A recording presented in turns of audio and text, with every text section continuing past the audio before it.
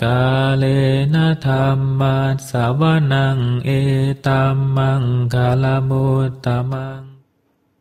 Video part 3 Superpower Mindfulness.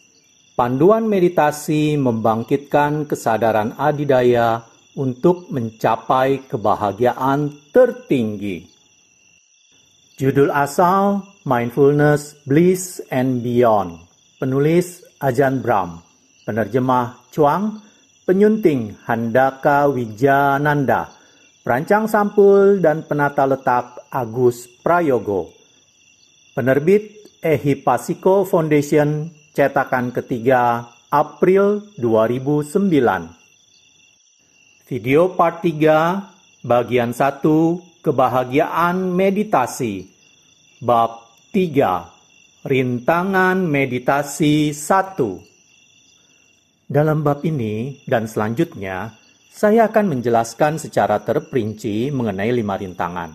Hambatan-hambatan yang akan Anda temui dalam meditasi Anda dan harus Anda pelajari cara mengatasinya. Rintangan-rintangan bagi meditasi mendalam ini dalam bahasa Pali disebut niwarana. Secara harfiah berarti menutup pintu atau menghalangi masuk ke dalam sesuatu. Dan itulah persisnya yang dilakukan oleh rintangan-rintangan tersebut. Mereka menghentikan Anda untuk masuk ke dalam keadaan penyerapan mendalam atau jhana. Mereka juga menghalangi atau melemahkan kebijaksanaan dan memperkuat delusi. Jadi, jika kita hendak mengatakan sesuatu dalam Buddhisme yang berkenaan dengan musuh-musuh meditasi, kita bisa mengatakan bahwa kelima rintangan ini adalah musuh rakyat nomor 1. Mereka mencegah orang-orang menjadi tercerahkan, dan oleh karena itulah memahami kelima rintangan dan cara mengatasinya adalah hal yang amat penting. Kalau Anda tidak benar-benar memahami mereka, Anda tidak dapat mengatasinya. Beberapa guru gagal menjelaskan rintangan-rintangan ini dengan cukup jernih, terutama rintangan-rintangan yang amat halus. Rintangan-rintangan halus ini mencegah Anda memasuki meditasi mendalam. Jika Anda bahkan tidak berusaha mengenali dan menanggulangi mereka, maka mereka akan tetap mengombang-ambingkan pikiran Anda. Anda akan terhalangi untuk menikmati sukacita pikiran dan untuk mengembangkan penembusan pencerahan yang luar biasa. Pada dasarnya, kelima rintangan ini berdiri di antara Anda dan pencerahan. Ketika Anda mengenali mereka, Anda memiliki kesempatan baik untuk mengatasi mereka. Jika Anda masih belum meraih jhana, berarti Anda masih belum memahami sepenuhnya kelima rintangan ini. Jika Anda telah memasuki keadaan mendalam semacam itu, maka Anda telah mengatasi rintangan-rintangan tersebut. Prinsipnya sederhana saja. Buddha menamakan kelima rintangan sebagai berikut. Nafsu indrawi atau kama canda, niat buruk atau vyapada, kemalasan dan kelembaman, thina midha, kegelisahan dan penyesalan, udacha kukucha, dan keraguan, wicikicca. Inilah urutan yang biasanya Buddha senaraikan, dan ini pula lah urutan yang akan dipaparkan di sini. Rintangan pertama, nafsu indrawi. Kama canda atau nafsu indrawi berada di urutan pertama daftar rintangan karena kegawatannya. Ini adalah rintangan utama yang mencegah kita memasuki meditasi yang mendalam. Hanya sedikit meditator yang benar-benar memahami ruang lingkupnya. Ini bukan sekedar nafsu indrawi seperti dalam pengertian pada umumnya. Pertama-tama, kata Pali kama berarti apa saja yang berkaitan dengan panca indera penglihatan, pendengaran, penciuman, pengecapan, dan perabaan. Canda berarti menyenangi atau menyetujui.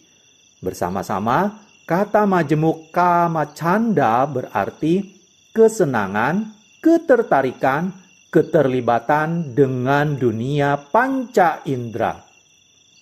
Sebagai contoh, ketika kita bermeditasi dan mendengar sebuah suara, mengapa kita tidak bisa mengabaikannya begitu saja? Mengapa suara itu begitu mengusik kita? Beberapa tahun lalu di Thailand, desa-desa di sekitar wihara kami menggelar sebuah pesta. Kebisingan dari pengeras suara begitu kerasnya sehingga tampaknya akan menghancurkan kedamaian di wihara kami. Lantas kami mengadu kepada guru kami, Ajahn Chah, bahwa keributan tersebut mengganggu meditasi kami. Sang guru besar menjawab, "Bukan suara bising itu yang mengganggu kalian, tapi kalianlah yang mengganggu suara bising itu." Pada contoh di atas, kama canda adalah pikiran yang terlibat dengan suara. Sama halnya ketika meditasi Anda tersela oleh nyeri pada kaki Anda. Misalnya, maka bukan nyeri itu yang mengusik Anda, tetapi Andalah yang mengusik nyeri itu. Jika Anda telah berkesadaran, Anda akan menyaksikan kesadaran Anda keluar ke tubuh Anda, menjadi tertarik lagi terhadap sensasi. Begitulah kama canda beraksi. Kama canda sulit diatasi karena kita begitu melekat kepada panca indera kita dan tetek bengeknya. Apapun yang kita lekati, rasanya akan mustahil untuk dilepaskan. Untuk memahami kemelekatan ini, ada gunanya mengkaji kaitan antara panca indera dengan tubuh kita. Pada umumnya, dinyatakan bahwa panca indera itu ada untuk melindungi tubuh kita. Tetapi pandangan cerah akan memberitahu Anda yang sebaliknya, bahwa tubuh itu ada sebagai kendaraan bagi panca indera untuk dapat bermain di dunia. Anda juga akan memperhatikan bahwa ketika panca indera lenyap, begitu pula tubuh Anda. Melepas yang satu berarti melepas yang lainnya. Melepas kama canda sedikit demi sedikit. Anda tidak dapat begitu saja memutuskan untuk melepas panca indera dan tubuh melalui sebuah upaya niat tunggal. Pelepasan kama canda dalam meditasi dicapai sedikit demi sedikit. Anda mulai dengan memilih tempat yang nyaman dan hening untuk bermeditasi. Anda boleh duduk di atas kursi jika hal itu terasa lebih nyaman untuk Anda. Mengingat bahwa Buddha pun kadang duduk di atas kursi. Ketika Anda pertama-tama memejamkan mata, Anda tidak akan terlalu mampu merasakan tubuh Anda. Sama halnya jika kita perlu beberapa menit untuk bisa melihat ketika Anda beralih dari ruang yang terang ke ruang yang gelap. Jadi diperlukan beberapa menit untuk menjadi peka terhadap perasaan tubuh Anda. Demikianlah penyesuaian akhir terhadap postur tubuh kita dilakukan beberapa menit setelah kita memejamkan mata. Menuruti kama canda dengan cara ini akan menguranginya barang sekejap. Tubuh Anda akan terasa nyaman dan panca indera terpuaskan. Namun itu tidak lama. Anda harus memanfaatkan kebebasan awal ini untuk menempatkan pikiran di luar jangkauan panca indera. Anda mulai dengan kesadaran saat ini. Kebanyakan, jika tidak semua, masa lalu dan masa depan kita diduduki oleh urusan-urusan panca indera. Kenangan-kenangan kita adalah sensasi-sensasi jasmani, rasa, bunyi, bebauan, dan penglihatan. Rencana-rencana kita juga sama-sama terpenuhi dengan kesibukan panca indera. Melalui pencapaian kesadaran ini, kita memotong banyak kama canda. Tahap meditasi berikutnya adalah kesadaran hening saat ini. Pada tahap ini, Anda meninggalkan segala pemikiran. Buddha mengidentifikasi suatu aspek kama canda yang disebut kama wittaka, yang berarti berpikir tentang dunia panca indera. Bagi meditator baru, wujud paling nyata dari Kamma Vittaka adalah fantasi seksual. Kita dapat menghabiskan banyak waktu, terutama dalam retret jangka panjang, bersama dengan Kamma Vittaka jenis ini. Halangan untuk maju dalam meditasi ini diatasi dengan menyadari, melalui pandangan cerah atau keyakinan, bahwa kebebasan sepenuhnya dari panca indera, yaitu jhana, adalah jauh lebih nikmat dan mendalam ketimbang pengalaman seksual yang paling nikmat sekalipun.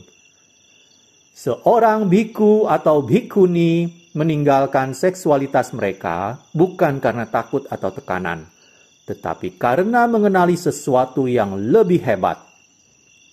Bahkan, gagasan tentang makan siang pun termasuk Kamma Vittaka.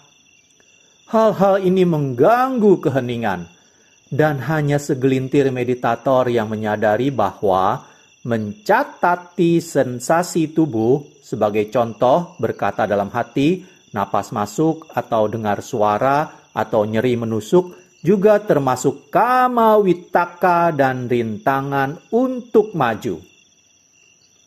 Lao Tzu, guru besar Tao, akan mengizinkan satu orang murid untuk menemaninya berjalan-jalan sore, asalkan si murid menjaga keheningan.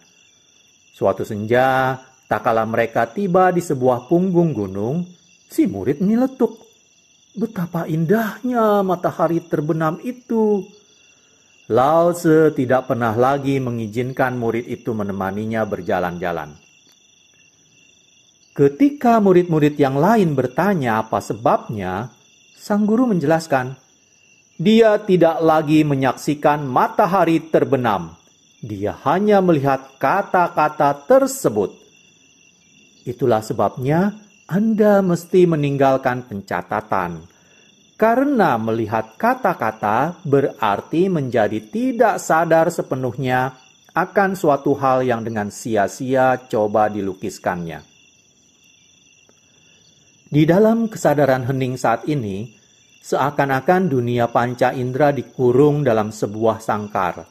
Tidak dapat lagi berkeliaran dan menciptakan kenakalan. Berikutnya, untuk sepenuhnya meninggalkan panca indera dan juga tubuh yang menyertainya, Anda memilih untuk memfokuskan kesadaran Anda pada sebuah bagian kecil dari dunia panca indera guna menyingkirkan yang selebihnya. Anda memfokuskan kesadaran Anda pada sensasi fisik pernapasan, tidak memberikan perhatian kepada sensasi-sensasi lain di dalam tubuh Anda, tidak juga suara-suara, dan lain-lain. Napas menjadi batu loncatan dari dunia panca indera menuju alam pikiran. Ketika Anda berhasil masuk ke dalam perhatian sinambung penuh pada napas, Anda akan mendapati ketidakhadiran suara apapun. Anda tidak pernah mengetahui momen berhentinya pendengaran itu, karena sifat alamiahnya adalah meredup secara berangsur-angsur. Peredupan sedemikian itu, seperti kematian fisik, adalah sebuah proses, bukan sebuah peristiwa. Biasanya, Anda temukan ketika meninjau ulang meditasi pada akhir sesi, seperti yang disarankan dalam bab 2, bahwa untuk jangka waktu tertentu, pikiran Anda menjadi kedap terhadap suara apapun. Anda juga amati bahwa tubuh Anda menghilang, bahwa Anda tidak dapat merasakan tangan Anda ataupun menerima pesan-pesan dari kaki Anda. Segala yang Anda sadari hanyalah perasaan akan napas. Sebagian meditator menjadi was-was ketika bagian-bagian tubuh mereka serasa menghilang. Ini menunjukkan kemelekatan erat mereka terhadap tubuh mereka. Inilah Kama Canda yang sedang beraksi, merintangi kemajuan dalam meditasi mereka. Biasanya, Anda segera menjadi terbiasa dengan meredupnya sensasi-sensasi tubuh dan mulai merasa bahagia di dalam keheningan luar biasa yang berada di luar jangkauan kama canda. Inilah kebebasan dari sukacita yang lahir dari pelepasan yang secara berulang-ulang mendorong Anda untuk melepas kemelekatan Anda. Segera nafas pun menghilang dan nimitta yang indah mengisi pikiran Anda. Hanya pada tahap inilah Anda telah sepenuhnya melepaskan kama canda, keterlibatan Anda dalam dunia panca indera. Ketika nimitta diteguhkan, segenap panca indera dipadamkan, dan tubuh Anda berada di luar jangkauan. Rintangan pertama dan utama sekarang telah diatasi, dan hal ini membahagiakan. Anda berada di pintu jhana. Inilah metode untuk melepaskan kama canda sedikit demi sedikit.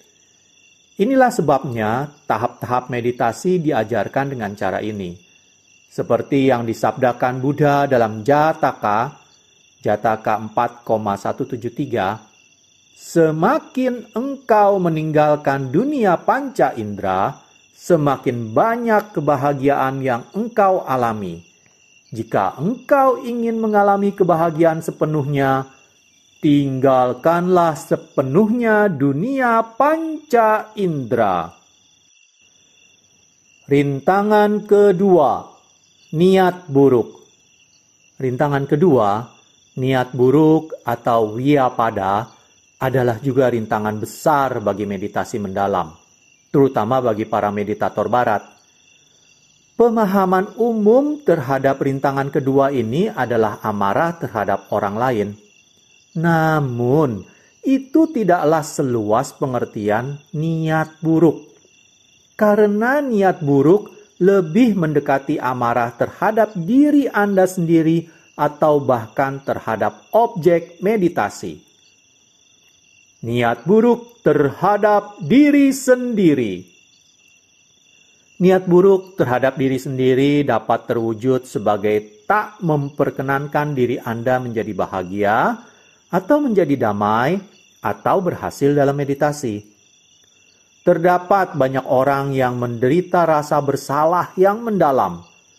Ini kebanyakan menjadi ciri-ciri orang barat, dikarenakan latar belakang kita dibesarkan.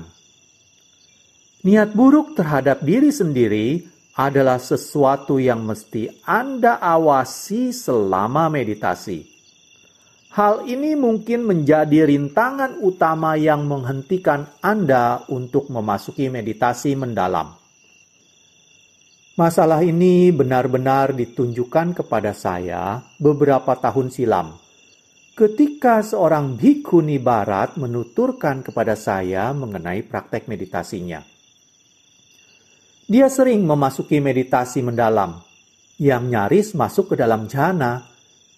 Dia telah tiba di depan pintu, katanya, dan sesuatu yang menghentikannya adalah perasaan bahwa dia tidak pantas mendapatkan kebahagiaan itu. Niat buruk terhadap diri sendirilah yang menghentikannya, kesungkanan untuk mengizinkan dirinya berbahagia. Semenjak itu, saya sering menemukan masalah tersebut pada banyak orang. Terkadang, ketika meditasi mencapai kedamaian, ketika kebahagiaan datang, kita berpikir pasti ada yang salah. Kita memiliki niat buruk terhadap diri kita sendiri. Jadi kita tidak merestui diri kita menjadi bahagia dan bebas. Pada kasus bhikkhuni tersebut, dia melihat dengan sangat jelas bahwa satu-satunya hal di antara dirinya dengan jhana adalah bentuk halus dari rintangan niat buruk. Dia tidak menganggap dirinya berhak atas kebahagiaan yang sedemikian besar. Tentu Anda begitu berhak atas kebahagiaan yang demikian besar. Mengapa tidak? Tidak ada yang menentangnya. Ada beberapa jenis kebahagiaan di dunia ini yang ilegal. Ada jenis-jenis lainnya yang melanggar sila-sila Buddhis, yang menyebabkan penyakit, atau memiliki efek samping yang mengerikan. Namun jana tidak mempunyai efek samping yang buruk. Jana tidak ilegal dan Buddha secara khusus menganjurkannya. Jika Anda mengamati cara Anda bermeditasi dengan cermat, Anda bisa mendapati bahwa Anda berhadapan dengan rintangan niat buruk.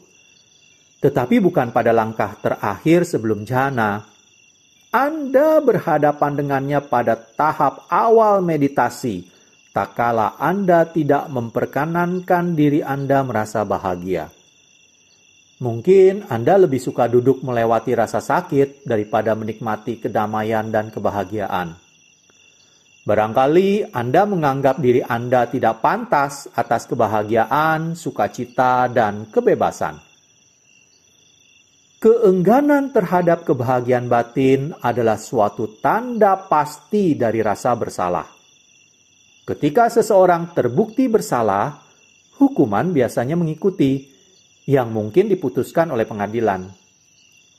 Kesalahan dan hukuman tidaklah terpisahkan dalam budaya dan dalam pikiran kita. Jika kita merasa bersalah akan sesuatu, hal selanjutnya yang kita pikirkan adalah menghukum diri kita sendiri. Menyangkali diri kita dari berbagai ragam kesenangan, kebahagiaan, atau kebebasan. Orang-orang di barat terus saja mencari-cari penghukuman. Ini sinting. Niat baik terhadap diri sendiri.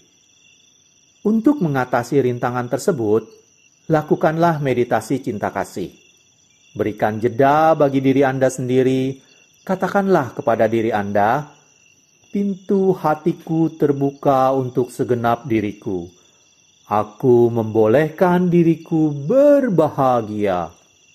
Aku membolehkan diriku merasa damai. Aku memiliki niat baik terhadap diriku.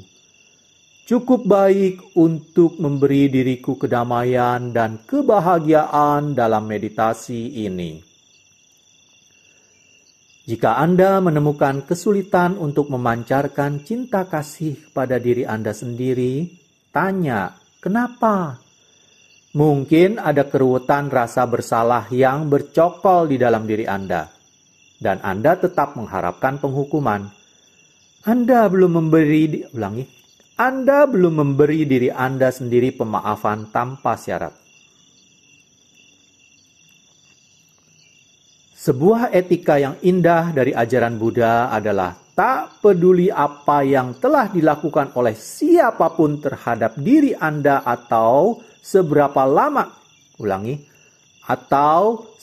lama mereka telah melakukannya kepada Anda, tak pandang seberapa tak adil, kejam, atau tak layaknya perlakuan mereka, Anda tetap dapat memaafkan mereka sepenuhnya. Saya dengar orang-orang berkata bahwa kadang ada yang tidak dapat Anda maafkan. Itu bukan ajaran Buddha. Tidak ada, mutlak tidak ada yang tidak dapat Anda maafkan dalam ajaran Buddha. Beberapa tahun yang lalu, seorang pria yang kurang waras pergi ke sebuah SD di Skotlandia dan membunuh banyak anak. Pada kebaktian agama setelah pembantaian tersebut, seorang pendeta terkemuka memohon kepada Tuhan agar tidak mengampuni pria ini dengan alasan bahwa ada beberapa hal yang tak terampuni. Hati saya terpuruk ketika mendengar seorang pemimpin agama tidak bersedia menawarkan pengampunan dan menunjukkan jalan untuk mengobati rasa sakit masyarakat selepas tragedi tersebut. Sejauh berkenaan dengan ajaran Buddha, Anda dapat memaafkan segala sesuatu. Pemaafan Anda adalah penyembuhan. Pemaafan Anda menyelesaikan masalah lama dan tidak menciptakan masalah baru. Tetapi dikarenakan sikap yang sudah mendarah daging yang mungkin Anda miliki terhadap diri Anda sendiri, Anda tidak bisa memaafkan diri Anda sendiri. Kadang masalahnya terkubur dalam-dalam. Kadang Anda sudah melupakannya. Anda hanya tahu ada sesuatu di dalam diri Anda yang mana Anda merasa bersalah, yang tidak dapat Anda maafkan. Anda punya banyak alasan untuk menyangkali diri Anda dari kebebasan, jana, dan pencerahan. Niat buruk terhadap diri Anda itulah yang mungkin menjadi alasan utama mengapa meditasi Anda tidak berhasil. Coba periksa hal itu. Niat buruk terhadap objek meditasi. Niat buruk terhadap objek meditasi adalah sebuah masalah umum bagi orang-orang yang pernah bermeditasi pada pernapasan, namun belum terlalu sukses. Saya katakan belum, karena ini hanya masalah waktu. Setiap orang akan sukses jika mereka mengikuti petunjuk. Namun, jika Anda belum berhasil juga, bisa jadi Anda memiliki niat buruk terhadap meditasi atau objek meditasi. Anda bisa jadi duduk dan berpikir, "Oh, ini lagi. Ini akan sulit. Aku tidak ingin amat melakukan ini. Aku harus melakukannya karena inilah yang dikerjakan oleh para meditator." Atau, "Aku harus menjadi umat Buddha yang baik, dan inilah yang seharusnya dilakukan oleh umat Buddha."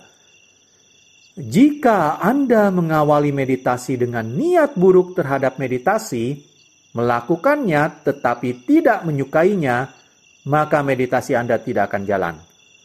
Anda menaruh rintangan di depan diri Anda sendiri. Saya mencintai meditasi. Saya sangat menikmatinya. Pernah ketika saya memimpin sebuah retret meditasi, saya berkata kepada rekan-rekan biku saya yang berdatangan, "Asik, retret meditasi." Saya bangun pagi-pagi setiap pagi, benar-benar menanti-nanti saat itu. Wow, saya sedang retret meditasi. Saya tidak perlu melakukan segala urusan yang biasanya saya kerjakan di wihara. Saya benar-benar menyukai meditasi. Dan saya punya begitu banyak niat baik terhadapnya, sehingga tidak ada sedikit pun keengganan. Pada dasarnya, saya ini pecandu meditasi. Dan jika Anda memiliki sikap semacam itu, maka Anda temukan bahwa pikiran, seperti yang disabdakan oleh Buddha, melompat ke arah meditasi. Anguttara Nikaya 9 Romawi, 41. Saya suka menggunakan kiasan ini. Anda sedang berjalan-jalan. Ketika Anda melihat seorang sobat lama berada di seberang jalan, Anda berdua pernah melewati masa-masa indah bersama-sama. Tak peduli kemana Anda hendak pergi atau apa yang harus Anda kerjakan, Anda tidak tahan untuk tidak lari ke seberang jalan, meraih tangan kawan Anda, dan memberinya sebuah pelukan. "Ayo, minum kopi dulu.